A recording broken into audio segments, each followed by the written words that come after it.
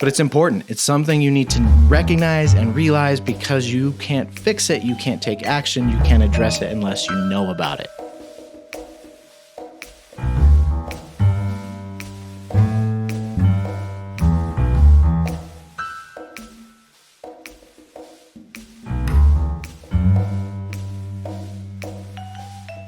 Hello and welcome back to the Marcus Williams Training Academy podcast. If you like this content, please subscribe. That's the best thing that you can do for us. Also, share with your friends, leave a comment or a review. We'd really appreciate it. Today, we're going to continue with another episode of our segment, Misconduct Myths. Misconduct myths. Things that people frequently think or believe or hope that just simply aren't true. They're just myths. Today's episode is called Nothing to See Here. So often, organizations believe that misconduct isn't happening. There's nothing happening in the organization, that everything is good, there's smooth sailing, because they haven't received any reports. They haven't heard about it, so therefore it's not happening. They have this mistaken belief that if it were happening, people would report it. Naturally, logically, if someone was a victim of misconduct, if misconduct was happening in the workplace, they would go to HR, they would follow the proper steps, they would report it, and we as leaders would therefore know that it was happening. We are aware of it. This is akin to the common myth that parents know everything that's happening with their kids.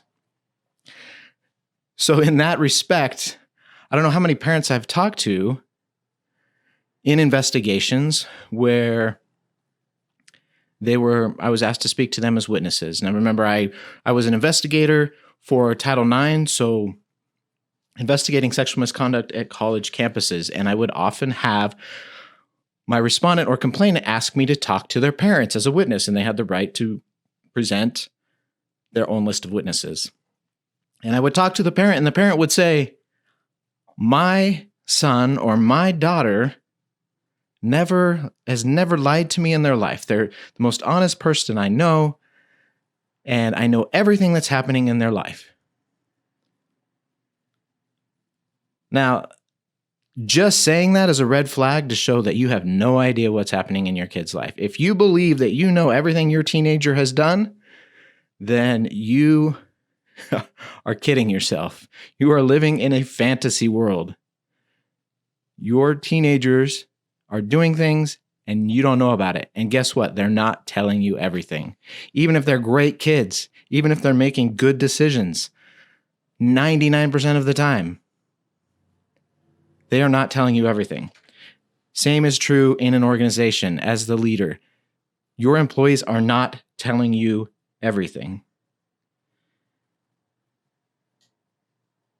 The other issue, especially if you are a senior leader, if you're at the very top, maybe misconduct has been reported, but it's being handled by that first level supervisor. They are making it go away. They believe that that's their job, is to make problems go away so that you as the president or the CEO or the senior level manager don't ever have to worry about it. So you think everything is fine because it's all been handled. And I say handled, if you're listening, I'm putting quotes in the air because it really hasn't been handled. If leadership doesn't know about it, if it's just been swept under the rug, most likely it hasn't actually been properly handled. So that's another issue. Okay, back to my Title IX days with Brigham Young University. You may recall, this is no secret, in 2016, there were a lot of news articles about how BYU was handling Title IX cases. Not only in Utah, BYU is a university. It is sponsored by the Church of Jesus Christ of Latter-day Saints. It's a university in Provo, Utah. But this became national news. I was living in California at the time. I saw it in local news there. Title IX issues, news stories about schools mishandling Title IX sexual misconduct were hitting the news nationwide, universities across the country. This was not unique to BYU. This was happening in a lot of places.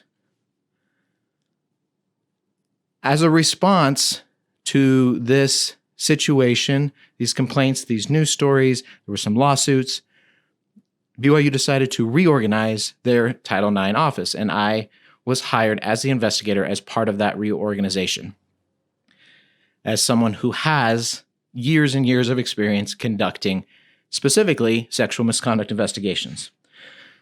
So it was kind of a chance for BYU's Title IX office to start over. All of the personnel, the entire office was new. The Title IX coordinator, the investigators, the deputies, everyone was brand new, and BYU was committed to rewriting their policy. So we were basically given a do-over, which is a great thing, not something that you normally get. So we're in the process of writing this new policy. One of the first things that leadership did was they executed an amnesty clause in the policy. Now, this was going to be incorporated in the new policy, but they actually put it out earlier and made it effective immediately. BYU has what they call an honor code. Every school has a conduct code. This is just BYU's version of their conduct code. And it has rules in it that comply with or are in line with some of the teachings of the church that sponsors. It's a private university. Every private university has rules that might be different than the state university. Nothing crazy, nothing new. Students at BYU are not allowed to drink. That is against their conduct code. And they're not allowed to have sex outside of marriage. It's part of their religious teachings and part of the conduct code. This is well known. This is not a secret. One of the complaints, or some of the bases for the complaints against the Title IX office, is that students were being held accountable by the Honor Code office, by the Conduct office, for breaking the rules when they came for help after being sexually assaulted. So, in other words, if a BYU student were at a party drinking, they're violating the Honor Code. But then if they are sexually assaulted at that party, they are the victim of sexual misconduct. That's a Title IX issue. So now you have the Title IX office and the Honor Code office, and the allegations were that BYU was punishing them for the drinking, but not properly helping them as the victim of sexual assault. So those were the claims. Those were the allegations. And so this amnesty clause came out and said, we will not punish you for any Honor Code violations that happened at or near the time of the sexual misconduct, the sexual assault. So in that example, you're not going to get in trouble for drinking because you were sexually assaulted. We want to focus on helping you through that. That's a much worse thing. That's something that requires more focus than the fact that you had a beer. So this came out to great approval. Everyone loved it. It was a good thing. And that came into effect immediately. So our new team, we started in the office. And one of the first things we did is we created training. We created educational materials, and we put ourselves out there. We started talking to student groups. We started talking to student mentors. We started talking to faculty. We tried making appointments with every single faculty department on campus, which is a huge endeavor, but so important. And it's amazing how many times we went to these meetings with faculty, and the meeting started out with the faculty a very conflict. They were ready for battle. The faculty came in, they were ready to argue and ready for battle. And by the end of it, they trusted us. They believed in us because we showed that we knew what we were doing. We showed we had the experience. We showed that we cared and that we wanted to help students. We wanted to do it properly. We showed them that we were different without saying the previous team was bad, without even getting into that. We showed who we were, and they began to trust who we were. So this wasn't about bad-mouthing anyone in the past. This was just building trust in the present and in the future. So people started to understand that we did things differently. The policy was being rewritten, and not only that we did things differently, we actually explained how we did it and what we did. We talked about our process. We explained the process. We invited feedback. We invited people to come in. BYU also did a climate survey. And when the results came back, we showed that by the time the results of the climate survey came back, we'd already done all that stuff.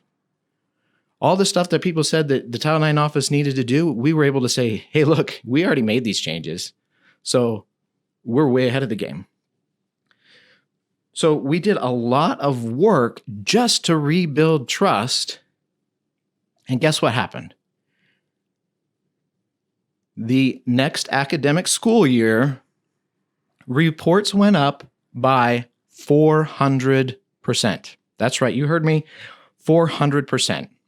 So we're not talking here that reports were 4 and went up to 16. We're talking a significant number of reports going up by 400%. A massive, massive increase in reporting. Now, guess what?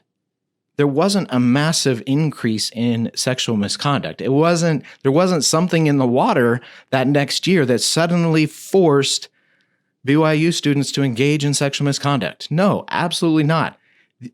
The rate of assault most likely was exactly the same. The difference was that students and faculty trusted us enough to make the report. They knew we would do the right thing, we would follow the policy, and they would be treated fairly and with empathy. So the myth that there was this certain number of reports and therefore, you could say, well, out of over 30,000 students, there's only this many reports a year. It's really a small issue. It's not a big deal at BYU. Well, suddenly, when people trusted us, we saw that it actually was happening a lot more than originally thought based on the previous numbers. Again, not, when you take into account percentage-wise with the numbers and students and everything, we're not talking like it's happening every day to everyone, but it was a significant problem. There was misconduct happening that the school didn't know about and therefore couldn't address. They couldn't help students when they didn't know the student had been impacted or affected. So I'm going to stick with Title IX a little bit. I went through a list of every university, college in the country to look at their Title IX website to get the name of their Title IX coordinator. As part of that, I noticed a lot of things about their websites. And I have, if you look at my YouTube channel, there's an entire series on what I learned and kind of some tips and tricks and do's and don'ts if you are a Title IX and you are looking to improve your website. But there was one specific university, and I'm not going to name them by name. Their website, their Title IX website was just bad. It was really bad. It had very little information, couldn't find the name of the Title IX coordinator. If you were a student, you would have no idea where to go for help if it happened to you. So one thing schools have to do is they have to post their crime statistics. It's the Clery Act. They have to every year publish a report showing the certain crimes happening on campus, the numbers, so that the public can see what's happening here at these universities. So this school on their Title IX site chose to publish a graph with those numbers. And guess what? 0. Their numbers were 0. There was, other than, I think, a vehicle break-in, there was like 1. And they had posted these numbers for the past 3 or 4 years. So it looked like, if you looked at this graph, if you went to the Title IX website, as a parent, you would say, I am sending my kid here because this is the safest place on planet Earth. Nothing happens here. The worst thing that's happened in 3 years is someone's car was broken into. Is there anyone out there listening that believes that is true? Is there anyone out there that believes that nothing bad has ever happened at that campus? Is there some sort of magic protective bubble over that campus? Absolutely not. That data was 100% wrong. And I can say that without ever having dived into their numbers or talked to anyone there. I know for a fact, having dealt with human beings and investigations for 20 years, that data was wrong. How? Well, because You got students, you have human beings, you have young adults. People make mistakes. So why is the data so wrong? Well, one explanation or excuse could be, well, we don't have residences on campus. So if things happen, they're not on campus, they're off campus between students, and therefore we don't have to publish them in our numbers. Okay, that could reduce your numbers. There are college campuses that are like that. I'm not sure if this one is. Doesn't matter. Numbers are still wrong. The problem was, and this was very clear from looking at their website, if something did happen to you, you would have no idea where to report it. When you went to their website for help, if you were sexually assaulted and you went to you said, oh, wait a minute, I've heard about this Title IX thing. Schools are supposed to help victims of sexual misconduct. And you went and you searched for their website and you looked at their website. Guess what? Nothing. No help. No phone numbers, no names, no information on what to do as a victim. Just this graph showing that nothing happens here. This is a safe place. Well, you know it's not a safe place because you were just sexually assaulted. So now you're looking at this website that you know is a lie because it happened to you. Not only do you not know who to call because it's not clear, you don't want to talk to them. Because the website portrayed, it communicated that we don't actually want to help students. To us, it's more important to have zeros in this graph so that we can tell everyone how safe we are. It's more important for that rather than to actually help students when it happens. We are more concerned about the numbers than we are about the students. So there are people, I'm sure the leadership of that school thinks that nothing is happening and they have the safest place. But guess what? It's happening. It's just not being reported because the students don't trust you. And this applies to companies as well. If your company has a reputation of doing nothing or not helping or sweeping things under the rug, guess what? Word is going to get around. People are going to hear that. And then when something bad happens to them or when they see something, they're not going to report it. Your reporting numbers will actually go down as incidents go up because your employees do not trust you. They see that nothing happens. Unless it's a serious crime and the police are involved, our company doesn't do anything. Our managers are unwilling to listen. Our HR director doesn't do anything. There's a story that I'm going to talk about later in Misconduct in the News, but I want to mention it here now, where the employee went to HR and HR basically said, okay, you need to bring me all of the evidence. Basically saying you need to do the investigation for me, do my job, and bring me the investigative report, and then I'll decide if I'm going to do something or not. There were dozens of interviews that needed to be done. So what do you think that employee did? Do you think they went out and did an investigation? No, they quit. And then that HR manager could say, situation handled, nothing to see here, and continue the myth to leadership that nothing was going on because that's what the numbers say. You need to recognize that misconduct is happening. People in your organization are making bad decisions every day. Some of them are so bad they could really financially impact your company, your organization. They create a lot of liability. Other times it's something small. Other times it's just an employee that's impacted negatively. Doesn't matter. It's happening. No matter how much due diligence you did in hiring and doing background checks and getting references, and it doesn't matter how great your company culture is, how fun it is to work there, how engaged you are as a manager, misconduct is happening. And if you're not hearing about it, that means you are the problem. You need to change your system. You need to communicate to your people that you're there, you're willing to listen, you're willing to take action, you're willing to investigate and do something about it when they report the misconduct. They will be taken seriously,